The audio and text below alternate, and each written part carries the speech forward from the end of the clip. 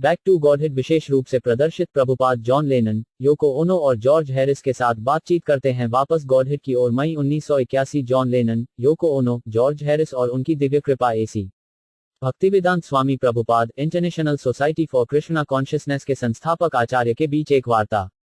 ग्रीष्मकाल 1969, London के उपनगर अस्कोट में जॉन लेनन की 60 एकड़ की संपत्ति टिटेनहर्स्ट पार्क की स्थापना है।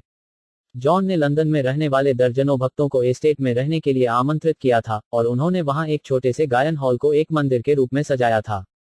कुछ हफ्ते पहले भक्तों ने हरे कृष्ण मंत्र को एप्पल रिकॉर्ड्स पर दर्ज किया था। अब 8 सितंबर को श्री प्रभुपाद आ रहे थे और जॉन ने उन्हें हीथ्रो हवाई अड्डे पर अपने रोल्स रॉयस में लेने और टिटेनहर्स्ट में भक्तों के साथ रहने की पेशकश की। वहां श्री प्रभुपाद के प्रवास के दौरान यह वार्तालाप हुआ था। श्री प्रभुपाद जॉन लेनन से, आप दुनिया में शांति लाने के लिए उत्सुक हैं। मैंने आपके कुछ बयान पढ़े हैं और वे मुझे दिखाते हैं कि आप कुछ करने के लिए उत्सुक हैं। वास्तव में प्रत्येक संत को दुनिया में शांति लाने के लिए उत्सुक होना चाहिए, लेकिन हमें इसकी प्रक्रिया पता होनी चाहिए। भगवद गीता 5.29 में भगवान कृष्ण बताते हैं कि शांति कैसे प्राप्त करें। 3 बातों को जानकर लोग शांत हो सकते हैं। अगर लोग केवल 3 चीजों को पूरी तरह से समझ लें तो वे शांत हो जाएंगे। वे क्या हैं? सबसे पहले, भगवान कृष्ण कहते हैं कि वे सभी बलिदानों, तपस्याओं और तपस्याओं के वास्तविक भोक्ता हैं जो लोग अपने जीवन को पूर्ण करने के लिए करते हैं। उदाहरण के लिए, आपकी अपनी संगीत गतिविधियां भी तपस्या का एक रूप हैं। आपके गीत लोकप्रिय हुए हैं क्योंकि आपने कुछ तपस्या की है। आप सिद्धि को प्राप्त हुए हैं, लेकिन इसके लिए कुछ तपस्या और तपस्या की आवश्यकता है। वैज्ञानिक खोजों के लिए भी तपस्या की आवश्यकता होती है। वास्तव में किसी भी मूल्यवान वस्तु के लिए तपस्या की आवश्यकता होती है। अगर कोई बहुत ही लगन और मेहनत से काम करता है तो वह सफल होता है। इसे यज्ञ या यज्ञ कहते हैं। इसे तपस्या या तपस्या भी कहते हैं। तो कृष्ण कहते हैं कि वे तुम्हारी तपस्या के परिणामों के भोक्ता हैं। वह दावा करता है, तुम्हारी तपस्या का फल मेरे पास आना चाहिए, तब तुम तृप्त हो जाओगे। दूसरी बात लोगों को याद रखनी चाहिए कि कृष्ण सर्वोच्च मालिक हैं। लोग दावा कर रहे हैं, यह मेरा इंग्लैंड है, यह मेरा भारत है, यह मेरा जर्मनी है, यह मेरा चीन है। नहीं, सब कुछ भगवान का है। कृष्ण, न केवल यह ग्रह कृष्ण का है, बल्कि ब्रह्मांड के अन्य सभी ग्रहों का है। फिर भी हमने इस ग्रह को भी इतने सारे राष्ट्रों में विभाजित कर दिया है। मूल रूप से यह ग्रह विभाजित नहीं था। महाभारत के ऐतिहासिक वृतांतों से हम समझते हैं कि पूरे ग्रह पर एक बार एक ही सम्राट का शासन था, जो आधुनिक दिल्ली के स्थल हस्तिनापुर नामक स्थान पर भारत में रहता था। यहाँ तक 5000 साल पहले तक केवल एक ही राजा था, महाराजा परीक्षित। पूरा ग्रह एक झंडे के नीचे था और उसे भारतवर्ष कहा जाता था। लेकिन धीरे धीरे भारतवर्ष छोटा और छोटा होता गया। उदाहरण के लिए, अभी हाल ही में 20 साल पहले भारतवर्ष का शेष भाग, जिसे अब भारत कहा जाता है, पाकिस्तान और हिंदुस्तान में विभाजित किया गया था। दरअसल भारत एक था, लेकिन अब बंटवारे से यह सिमट गया है। यह बंटवारा हो रहा है, लेकिन असल में यह पूरा ग्रह ही ईश्वर का स्थान है। यह किसी और की जगह नहीं है। हम कब्जे का दावा कैसे कर सकते हैं? उदाहरण के लिए, आपने मुझे रहने के लिए यह जगह दी है। अगर मैं 1 सप्ताह के लिए रुकता हूं और फिर दावा करता हूं, ओह यह मेरा कमरा है, क्या यह बहुत अच्छी बात है? तुरंत कुछ असहमति होगी, कुछ परेशानी होगी। बल्कि मुझे वास्तविक तथ्य को पहचानना चाहिए, अर्थात आपने कृपया इस कमरे को बख्शा है। आपकी अनुमति से मैं यहाँ आराम से रह रहा हूँ, और जब मेरा जाना आवश्यक होगा तो मैं जाऊंगा। इसी तरह हम सब यहाँ खाली हाथ परमेश्वर के राज्य में आए और हम खाली हाथ जाते हैं। तो हम कैसे दावा करें कि यह मेरी संपत्ति है, यह मेरा देश है, यह मेरी दुनिया है, यह मेरा ग्रह है? हम ऐसे दावे क्यों करते हैं? क्या यह पागलपन नहीं है? तो भगवान कृष्ण कहते हैं, सर्वलोक महेश्वरम, मैं हर जगह का सर्वोच्च भगवान हूँ। तीसरा, हमें हमेशा यह याद रखना चाहिए कि कृष्ण हर जीव के वास्तविक मित्र हैं और वे सभी के हृदय में एक मित्र के रूप में बैठे हैं। वह इतना अच्छा दोस्त है। इस भौतिक संसार में हम दोस्ती करते हैं, लेकिन वे टूट जाते हैं। या मेरा दोस्त कहीं रहता है और मैं कहीं और रहता हूँ, लेकिन कृष्ण इतने अच्छे मित्र हैं कि वे मेरे भीतर और मेरे हृदय में रह रहे हैं। वह सभी जीवों का सबसे अच्छा मित्र है। वह केवल कुछ चुनिंदा लोगों का मित्र नहीं है, बल्कि वह परमात्मा या परमात्मा जैसे सबसे तुच्छ प्राणी के हृदय में भी निवास कर रहा है। तो अगर इन 3 बातों को स्पष्ट रूप से समझ लिया जाए तो व्यक्ति शांत हो जाता है। यही वास्तविक शांति सूत्र है। भगवद गीता में भगवान भी कहते हैं, एक महान व्यक्ति जो भी कार्य करता है, आम आदमी उसके नक्शे कदम पर चलता है। और अनुकरणीय कृत्यों के द्वारा वह जो भी मानक स्थापित करता है उसका पालन सारी दुनिया करती है। भगवद गीता 3.21 विचार यह है कि यदि प्रमुख व्यक्तियों द्वारा कुछ स्वीकार किया जाता है तो सामान्य व्यक्ति उसका अनुसरण करते हैं। यदि प्रमुख व्यक्ति कहते हैं कि यह ठीक है तो दूसरे भी इसे स्वीकार करते हैं। तो भगवान की कृपा से कृष्ण आप नेता हैं। हजारों युवा आपको फॉलो करते हैं, वे आपको पसंद करते हैं, और अगर आप उन्हें वास्तव में कुछ आध्यात्मिक देते हैं तो दुनिया का चेहरा बदल जाएगा। कृष्ण भावनामृत आंदोलन नवनिर्मित नहीं है। ऐतिहासिक दृष्टि से यह कम से कम 5000 वर्ष पुराना है। भगवद गीता, जो कि कृष्ण भावनामृत का आधार है, 5000 वर्ष पूर्व भगवान कृष्ण द्वारा कही गई थी। बेशक भगवद गीता को आमतौर पर एक भारतीय धार्मिक पुस्तक माना जाता है, लेकिन ऐसा नहीं है। यह केवल भारतीय या हिंदू नहीं है। भगवद गीता दुनिया के सभी लोगों के लिए है, न केवल मनुष्यों के लिए बल्कि अन्य सभी जीवित प्राणियों के लिए भी। अध्याय 14 में भगवान कहते हैं, यह समझना चाहिए कि जीवन की सभी प्रजातियों, हे कुंती के पुत्र, इस भौतिक प्रकृति में जन्म से संभव हो गए हैं और मैं बीज देने वाला पिता हूं। बीजी 14.4 यह इंगित करता है कि शाश्वत जीव अस्थायी भौतिक रूपों की किस्मों में प्रकट होता है, जैसे हमारे यहाँ अब देवियों, सज्जनों और युवकों के रूप हैं। हम सभी के अलग अलग रूप हैं। यह सारा संसार जीवन की किस्मों से भरा है, लेकिन कृष्ण कहते हैं, अहम बीजा प्रदा पिता, मैं उन सभी का पिता हूं। पिता मीन्स पिता। तो भगवान सभी जीवों को अपने पुत्र के रूप में दावा करते हैं। कुछ लोग कह सकते हैं कि कृष्ण भारतीय हैं, कृष्ण हिंदू हैं, या कृष्ण कुछ और हैं, लेकिन नहीं, कृष्ण वास्तव में भगवान के सर्वोच्च व्यक्तित्व हैं। इस ग्रह पर सभी जीवित चीजों के बीज देने वाले पिता हैं। यह कृष्ण भावनामृत आंदोलन स्वयं कृष्ण द्वारा शुरू किया गया था, इसलिए यह सांप्रदायिक नहीं है, यह सभी के लिए है। और भगवद गीता 9.34 में कृष्ण उनकी पूजा करने की सार्वभौमिक प्रक्रिया का वर्णन करते हैं। अपना मन सदा मेरे ही चिंतन में लगाओ और मेरे भक्त बनो। मुझे प्रणाम करें और मेरी पूजा करें। मुझ में पूर्णतया लीन होकर निश्चय ही तुम मेरे पास आओगे। कृष्ण कहते हैं, तुम्हें हमेशा मेरे बारे में सोचना चाहिए, अपने मन को हमेशा मुझ में लगे रहने दो। कृष्ण, बस मेरे भक्त बनो। अगर आप पूजा करना चाहते हैं तो बस मेरी पूजा करें। यदि आप सम्मान देना चाहते हैं तो उन्हें मुझे अर्पित करें, और यदि तुम ऐसा करते हो तो निस्संदेह तुम मेरे पास आओगे। यह एक बहुत ही सरल तरीका है। हमेशा कृष्ण के बारे में सोचो। कोई नुकसान नहीं है और लाभ बहुत बड़ा है। तो अगर कोई हरे कृष्ण का जप करता है तो उसे कोई भौतिक नुकसान नहीं होता है, लेकिन आध्यात्मिक रूप से लाभ होता है। तो क्यों न इसे आजमाएं? कोई खर्च नहीं है। हर चीज की कुछ कीमत होती है, लेकिन हरे कृष्ण मंत्र अलग है। भगवान कृष्ण और उनके अनुयायी क्रमिक रूप से इसे बेचते नहीं हैं, बल्कि वे इसे स्वतंत्र रूप से वितरित करते हैं। हम बस सभी से कहते हैं, हरे कृष्ण का जप करें, परमानंद में नृत्य करें। यह बहुत अच्छी बात है। तो मैं इस कृष्ण भावनामृत आंदोलन की व्याख्या करने के लिए आपके देश इंग्लैंड और विशेष रूप से यहाँ आपके घर आया हूँ। यह बहुत फायदेमंद होता है। तुम समझदार लड़के हो, तो मेरा आपसे अनुरोध है कि आप इस कृष्ण भावनामृत दर्शन को अपनी तर्क और तर्क की सभी शक्तियों के साथ समझने का प्रयास करें। कृष्णदास कविराज, चैतन्य चरितामृत के लेखक, कहते हैं, श्री कृष्ण चैतन्य दया करह विकार, विकार करिले सिते पावे कामत्कार। यदि आप वास्तव में तर्क और तर्क में रुचि रखते हैं तो कृपया इसे श्री चैतन्य महाप्रभु की दया पर लागू करें। तारांकन, यदि आप ऐसा करते हैं तो आप इसे आश्चर्यजनक रूप से अद्भुत पाएंगे। सीसी आदि 8.15। तो बस अपनी निर्णय की शक्तियों को भगवान चैतन्य की दया पर लागू करें। यदि आप उनकी दया की जांच करते हैं तो आप इसे उदात्त पाएंगे। हम लोगों को कृष्ण भावनामृत आंदोलन को स्वीकार करने के लिए बाध्य नहीं कर रहे हैं, बल्कि हम इसे उनके न्याय के लिए उनके सामने रख रहे हैं। उन्हें इसका न्याय करने दें। हम एक सांप्रदायिक धार्मिक आंदोलन नहीं है। कृष्ण भावनामृत एक विज्ञान है। इसलिए हम आपसे अनुरोध करते हैं कि आप इसे अपनी पूरी बुद्धि से जांच परख कर परखें, और हमें यकीन है कि आप इसे उदात्त पाएंगे। और अगर आपको यह उदात्त लगता है तो क्यों न इसे दुनिया के सामने रखने में मदद करें। क्या आपने हमारी पुस्तक Bhagavad Gita as it is पढ़ी है? जॉन लेनन, मैंने भगवद गीता के अंश पढ़े हैं। मुझे नहीं पता कि यह कौन सा संस्करण था। बहुत सारे अलग अलग अनुवाद हैं। श्री प्रभुपाद, हाँ, अलग अलग अनुवाद हैं जिनमें लेखकों ने पाठ की अपनी अपनी व्याख्याएं दी हैं। इसलिए मैंने अपनी भगवद गीता को जस का तस तैयार किया है। यहाँ तक भारतीय लेखक भी कभी कभी भगवद गीता को गलत तरीके से प्रस्तुत करते हैं। उदाहरण के लिए, एक प्रमुख भारतीय राजनेता ने भगवद गीता की अपनी व्याख्या देने का प्रयास किया। मान लें कि आपके पास फाउंटेन पेन के लिए एक बॉक्स है। हर कोई जानता है कि यह एक फाउंटेन पेन बॉक्स है, लेकिन कोई कह सकता है, नहीं, यह कुछ और है। यही मेरी व्याख्या है। क्या यह बहुत अच्छा है? व्याख्या की आवश्यकता तभी होती है जब चीजें स्पष्ट रूप से समझ में नहीं आती हैं।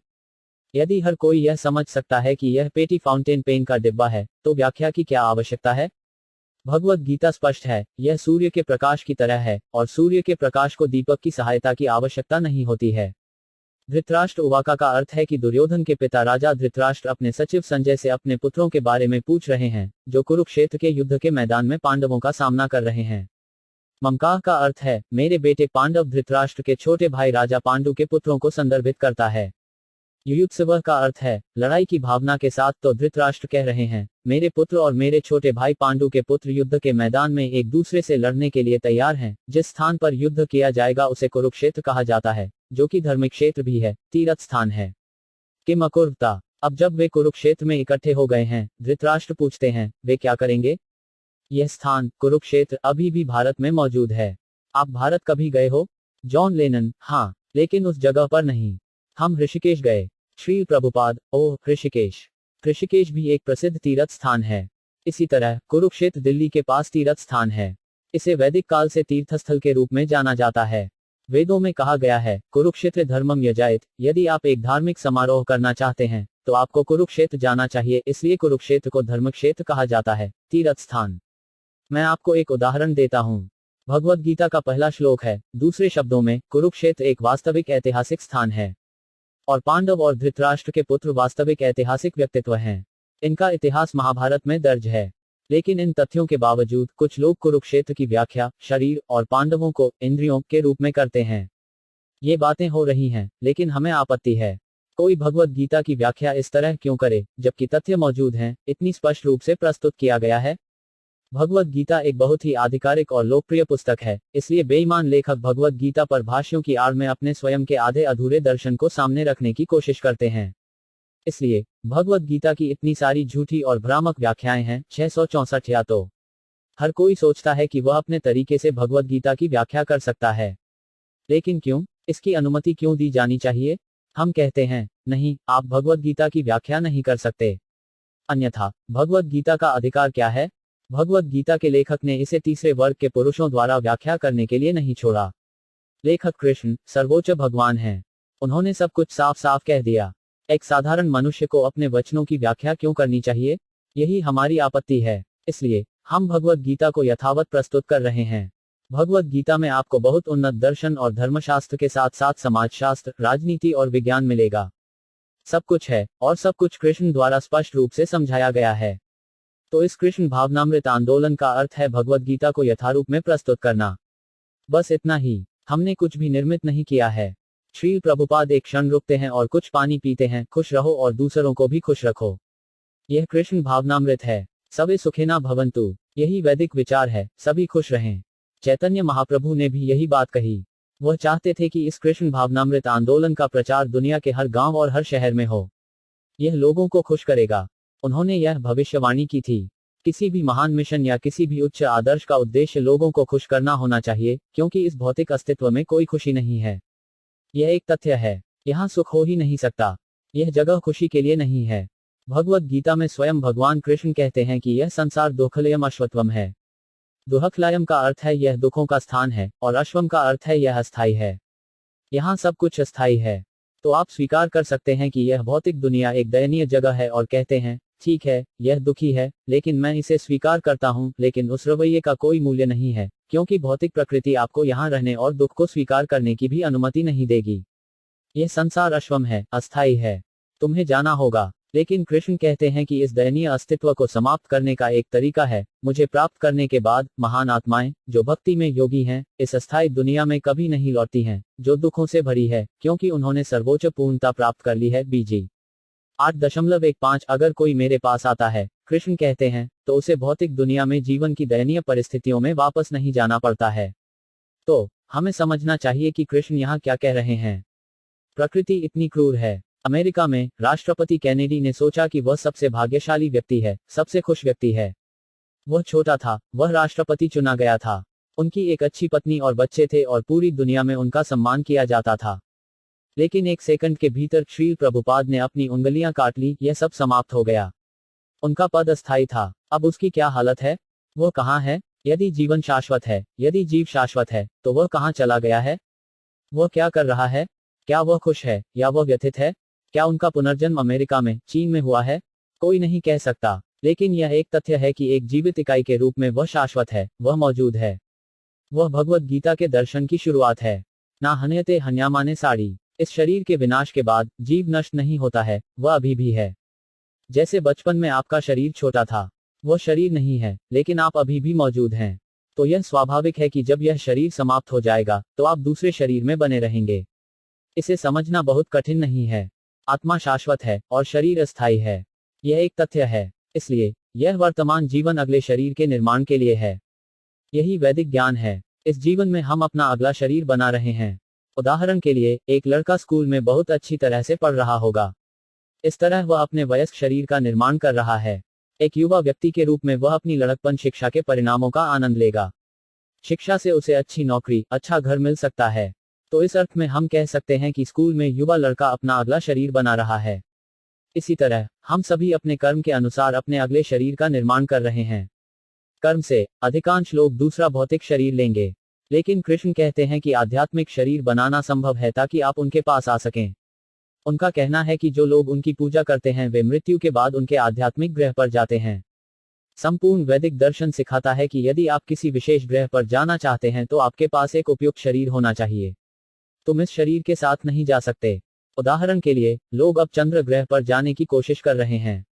वे अपने भौतिक शरीरों के साथ जाने का प्रयास कर रहे हैं, लेकिन वे वहां नहीं रह सकते। लेकिन कृष्ण अन्य ग्रहों पर जाने की प्रक्रिया देते हैं, और उच्चतम ग्रह कृष्ण का ग्रह है। आप वहां जा सकते हैं। जो देवताओं की पूजा करते हैं वे देवताओं के बीच जन्म लेंगे। जो भूतों और आत्माओं की पूजा करते हैं वे ऐसे प्राणियों के बीच जन्म लेंगे। जो पितरों की उपासना करते हैं वे पितरों के पास जाते हैं, और मेरे उपासक मेरे साथ रहेंगे। बीजी 9.25 जो कृष्ण की पूजा करता है वह इस दयनीय भौतिक स्थिति में वापस नहीं आता है। क्यों? उन्होंने सर्वोच्च पूर्णता प्राप्त कर ली है कृष्ण के पास वापस जाने के लिए। तो यह मानव समाज के लिए सबसे बड़ा आशीर्वाद है, लोगों को कृष्ण के आध्यात्मिक ग्रह पर वापस जाने के लिए प्रशिक्षित करना, जहां वे कृष्ण के साथ रसलीला में नृत्य कर सकते हैं। क्या आपने कृष्ण की रासलीला नृत्य की तस्वीरें देखी हैं? John Lennon. कौन सी तस्वीर? शिष्य, राधा और गोपियों के साथ नृत्य करते हुए कृष्ण की पेंटिंग। John Lennon. ओह, आपका मतलब मंदिर के कमरे की दीवार से है? श्री प्रभुपाद। हाँ, तो हम आध्यात्मिक दुनिया में जा सकते हैं और कृष्ण के साथ जुड़ सकते हैं और बिना किसी चिंता के खुशी से नृत्य कर सकते हैं। कृष्ण के साथ जीवों के इतने अलग अलग संबंध हो सकते हैं, मित्र के रूप में, सेवक के रूप में, माता पिता के रूप में, प्रेमी के रूप में, जो कुछ भी आपको पसंद हो। कृष्ण कहते हैं, ये यथा मम प्रपद्यन्ते तम तैव भजमीयहम्। वे सभी जैसे वे मेरी शरण में आते हैं मैं तदनुसार पुरस्कृत करता हूँ। बीजी 4.11 बस उस विशेष संबंध की चेतना विकसित करें जो आप कृष्ण के साथ चाहते हैं। वह आपको उस क्षमता में स्वीकार करने के लिए तैयार है, और इससे सभी समस्याओं का समाधान हो जाता है। इस दुनिया में कुछ भी स्थायी नहीं है, कुछ भी आनंदमय नहीं है, कुछ भी ज्ञान से भरा नहीं है। तो हम पश्चिमी लड़कों और लड़कियों को कृष्ण भावनामृत के विज्ञान में प्रशिक्षित कर रहे हैं। इसका फायदा कोई भी उठा सकता है। यह बहुत फायदेमंद होता है। आपको भी इसे समझने की कोशिश करनी चाहिए, और अगर आपको यह मूल्यवान लगे तो कृपया इसे अपनाएं। आप कुछ बहुत अच्छा ढूंढ रहे हैं। क्या मेरा प्रस्ताव अनुचित है? तुम समझदार लड़के हो, इसे समझने की कोशिश करें। और आपके पास बहुत अच्छी संगीत क्षमताएं भी हैं। वैदिक मंत्र सभी संगीत के माध्यम से प्रसारित किए गए थे। सामवेद विशेष रूप से संगीत से भरा है। मैं सर्वोच्च भगवान को अपनी विनम्र श्रद्धांजलि अर्पित करता हूँ, जिनकी ब्रह्मा, वरुण, इंद्र, शिव और मरुत जैसे महान देवता दिव्य प्रार्थनाओं के साथ प्रशंसा करते हैं। जो लोग सामवेद को जानते हैं वे विभिन्न वैदिक भजनों के साथ उनके बारे में गाते हैं। श्रीमद् भागवत 12.131 सामवेद का अर्थ है सामवेद के अनुयायी। गायंती का अर्थ है कि वे हमेशा संगीत में लगे रहते हैं। संगीतमय स्पंदनों के माध्यम से वे सर्वोच्च के पास जा रहे हैं। गायंती का अर्थ है गायन। तो वैदिक मंत्रों को गाया जाना है। भगवत गीता और श्रीमद् भागवत को बहुत अच्छा गाया जा सकता है। यह है वैदिक मंत्रों का जाप करने का सही तरीका। केवल स्पंदन सुनने से लोगों को लाभ मिलेगा, भले ही वे इसका अर्थ न समझें। श्री प्रभुपाद फिर श्रीमद् भागवत से कुछ मंत्रों का जाप करते हैं। केवल दिव्य ध्वनि कंपन से सब कुछ प्राप्त किया जा सकता है। आप किस तरह के दर्शन का पालन कर रहे हैं? क्या मैं पूछ सकता हूं? John Lennon. निम्नलिखित। योको ओनो। हम किसी भी चीज का अनुसरण नहीं करते हैं, हम बस जी रहे हैं। George Harris. हमने ध्यान किया है, या मैं अपना ध्यान मंत्र ध्यान करता हूं। श्री प्रभुपाद। हरे कृष्ण भी मंत्र हैं। John Lennon. हमारा गाना नहीं है, हालांकि। George Harris. नहीं, यह जप कर रहा है। जॉन लेनन, हमने इसे महर्षि से सुना। प्रत्येक मंत्र। श्री प्रभुपाद, उनके मंत्र सार्वजनिक नहीं हैं। जॉर्ज हैरिस, जोर से नहीं। डॉट डॉट ना। जॉन लेनन, नहीं, यह एक रहस्य है। श्री प्रभुपाद, एक महान कृष्ण भावना भावित आध्यात्मिक गुरु रामानुजाचार्य के बारे में एक कहानी है। उनके आध्यात्मिक गुरु ने उन्हें एक मंत्र दिया और कहा, मेरे प्यारे लड़के, तुम चुपचाप इस मंत्र का जाप करो। इसे कोई और नहीं सुन सकता।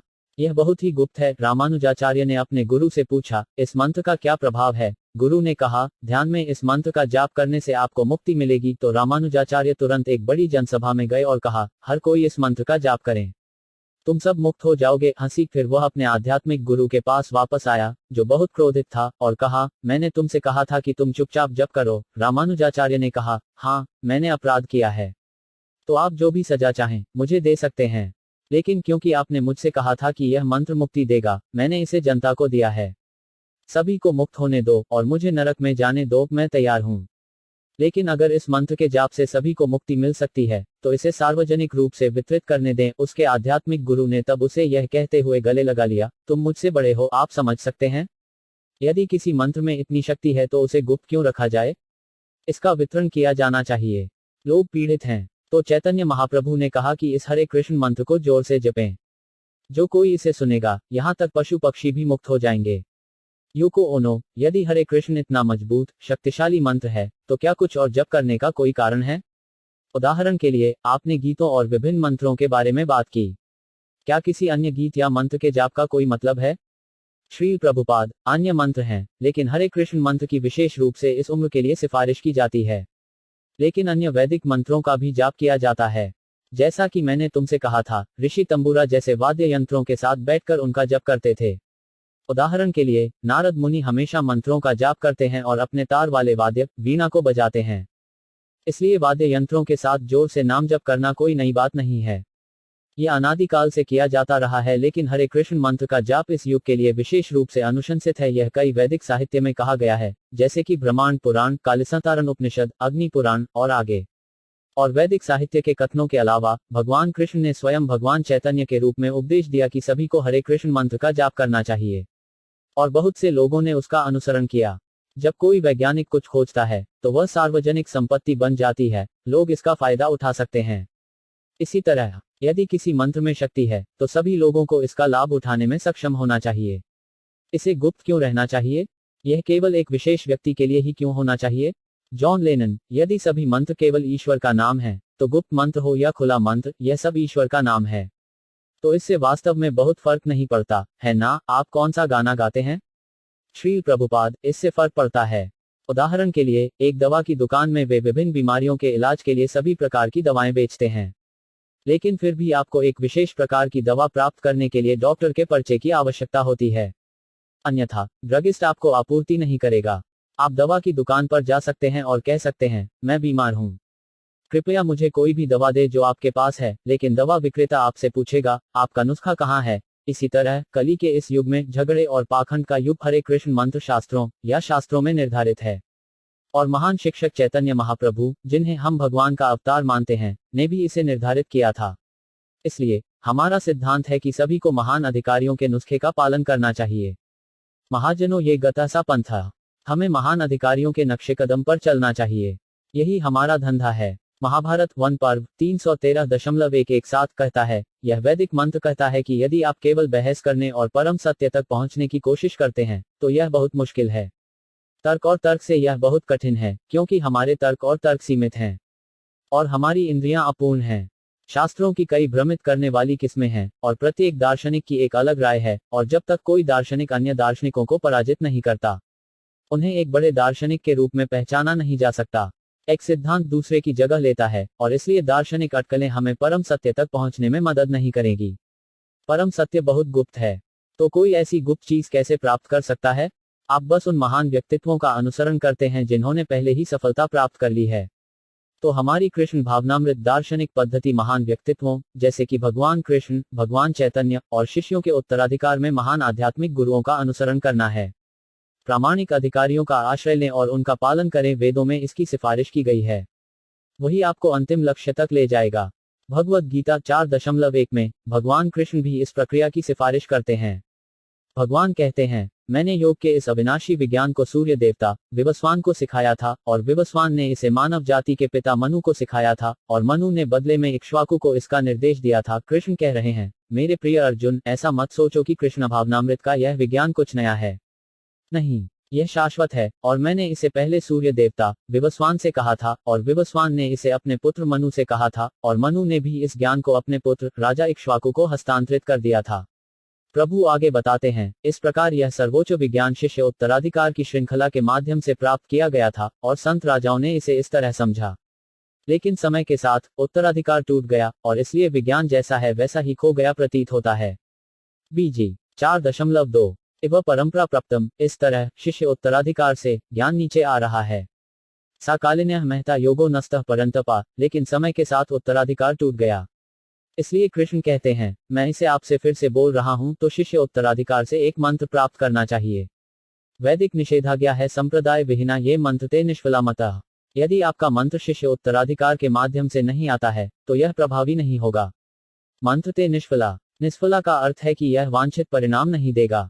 अतः मंत्र को उचित माध्यम से ग्रहण करना चाहिए, या यह कार्य नहीं करेगा। मंत्र का निर्माण नहीं किया जा सकता है।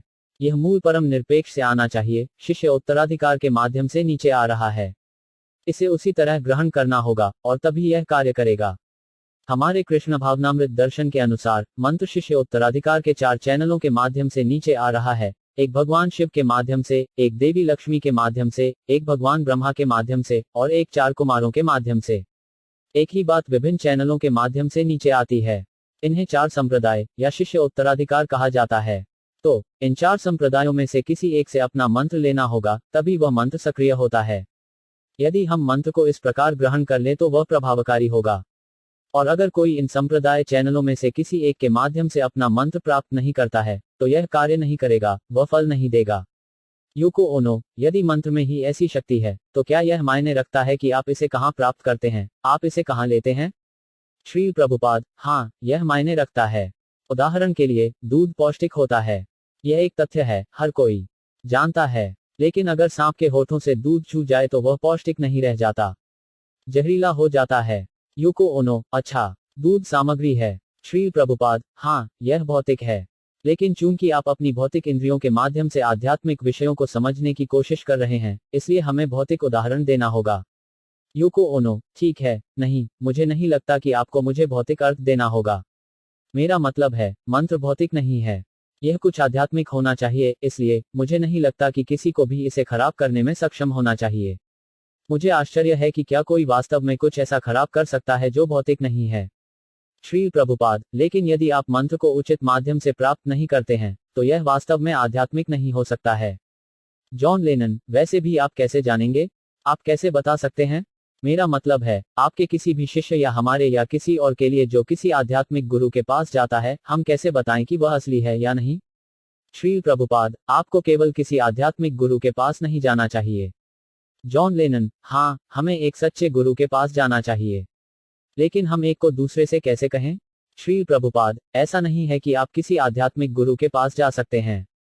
वह एक मान्यता प्राप्त संप्रदाय का सदस्य होना चाहिए, जो कि शिष्य उत्तराधिकार की एक विशेष पंक्ति है। जॉन लेनन, लेकिन क्या होगा अगर इनमें से कोई एक जो लाइन में नहीं है, वही बात कहता है जो है?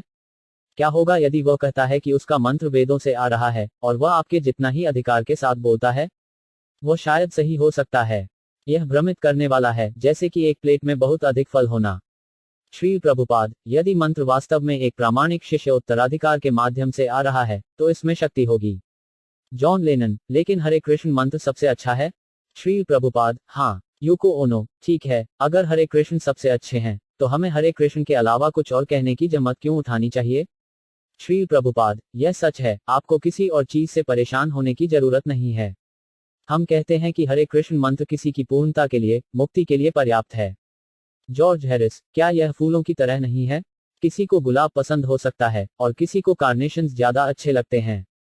क्या यह वास्तव में व्यक्तिगत भक्त के लिए निर्णय लेने की बात नहीं है? एक व्यक्ति को लग सकता है कि हरे कृष्ण उसकी आध्यात्मिक प्रगति के लिए अधिक फायदेमंद हैं, और फिर भी किसी अन्य व्यक्ति को लग सकता है कि कोई अन्य मंत्र उसके लिए अधिक फायदेमंद हो सकता है। क्या यह सिर्फ स्वाद की बात नहीं है, जैसे फूल चुनना? वे सभी फूल हैं, लेकिन कुछ लोग एक को दूसरे से बेहतर पसंद कर सकते हैं। श्री प्रभुपाद, लेकिन फिर भी एक भेद है।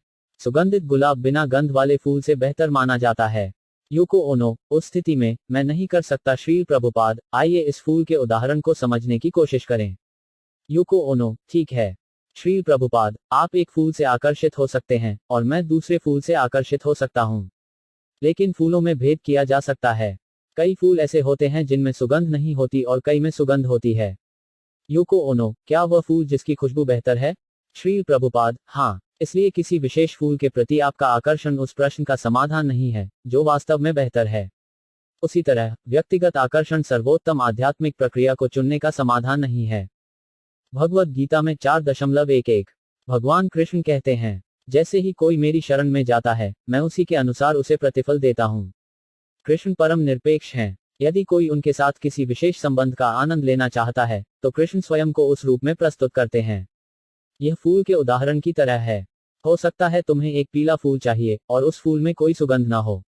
वह फूल है, यह तुम्हारे लिए है, बस इतना ही।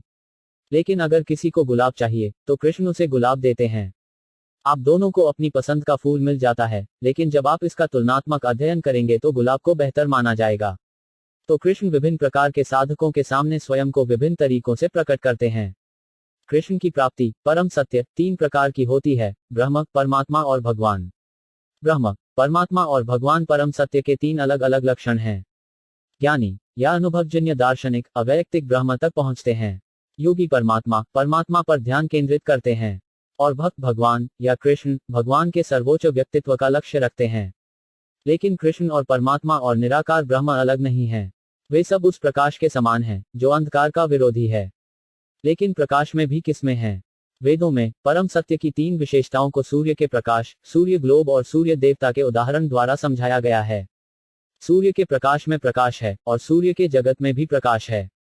सूर्य ग्लोब के भीतर सूर्य ग्रह के प्रमुख देवता निवास करते हैं और उन्हें भी प्रकाश से भरा होना चाहिए।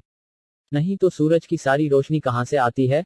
ब्रह्म भगवान के अवैयक्तिक पहलू की तुलना सूर्य की किरणों से की जाती है। परमात्मा सूर्य ग्लोब की तरह है और कृष्ण सूर्य देवता के व्यक्तित्व की तरह हैं।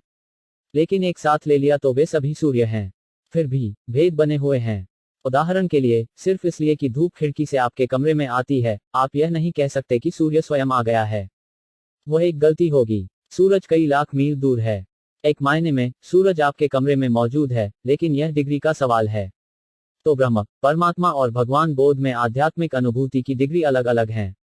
यूको ओनो, लेकिन आपने कहा था कि अगर सांप के होठों से दूध को छुआ जाए तो वह जहरीला हो जाएगा। बहुत से चर्चों में शुरुआत में शायद अच्छी शिक्षाएं थीं, लेकिन समय के साथ उनके संदेश बिगड़ते गए। अब कोई व्यक्ति यह कैसे तय कर सकता है कि आप जिस ब्रह्म की बात कर रहे हैं उसका संदेश हमेशा शुद्ध अवस्था में रहेगा या नहीं? आप कैसे सुनिश्चित हो सकते हैं कि इसे सांपों द्वारा जहर नहीं दिया जाएगा? श्री प्रभुपाद, यह एक व्यक्तिगत मामला है। आपको एक गंभीर छात्र बनना होगा। यूको ओनो, ठीक है, गंभीर छात्र से आपका क्या मतलब है? मेरा मतलब है, हम गंभीर पैदा हुए हैं या पैदा हुए हैं आप जानते हैं अज्ञानी। श्री प्रभुपाद, एक गंभीर छात्र होने का मतलब है कि आप ब्रह्म, परमात्मा और भगवान के बीच के अंतर को समझने की कोशिश करें।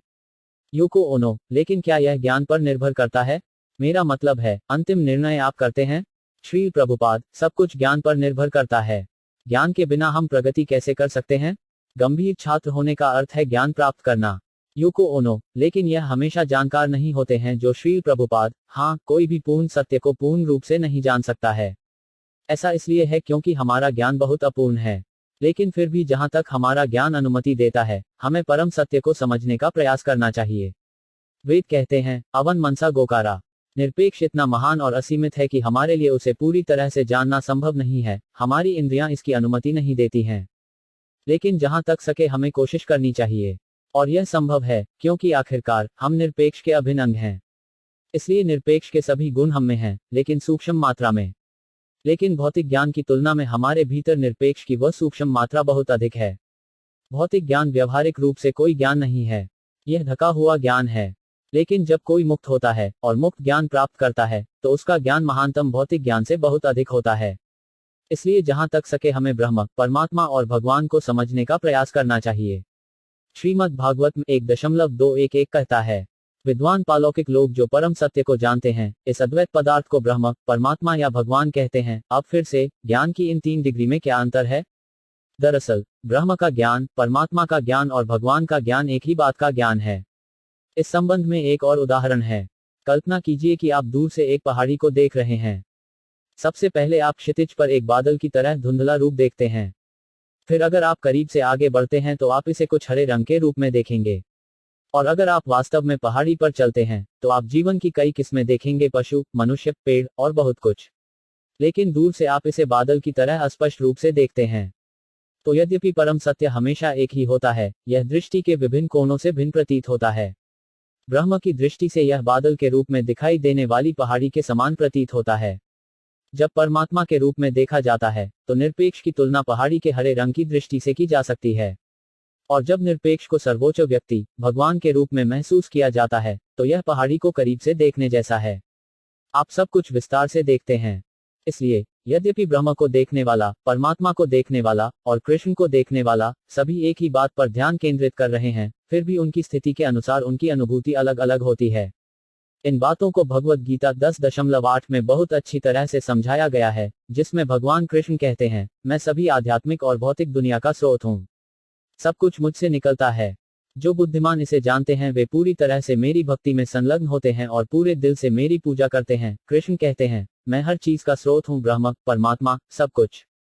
भगवद गीता 14.27 में कहीं और स्पष्ट रूप से कहा गया है कि कृष्ण ब्रह्म के स्रोत हैं, ब्रह्मणो ही प्रतिष्ठाम। तो ब्रह्म और परमात्मा का ज्ञान कृष्ण के ज्ञान में शामिल है। यदि किसी को कृष्ण का ज्ञान है तो उसे स्वतः ही परमात्मा और ब्रह्म का ज्ञान हो जाता है।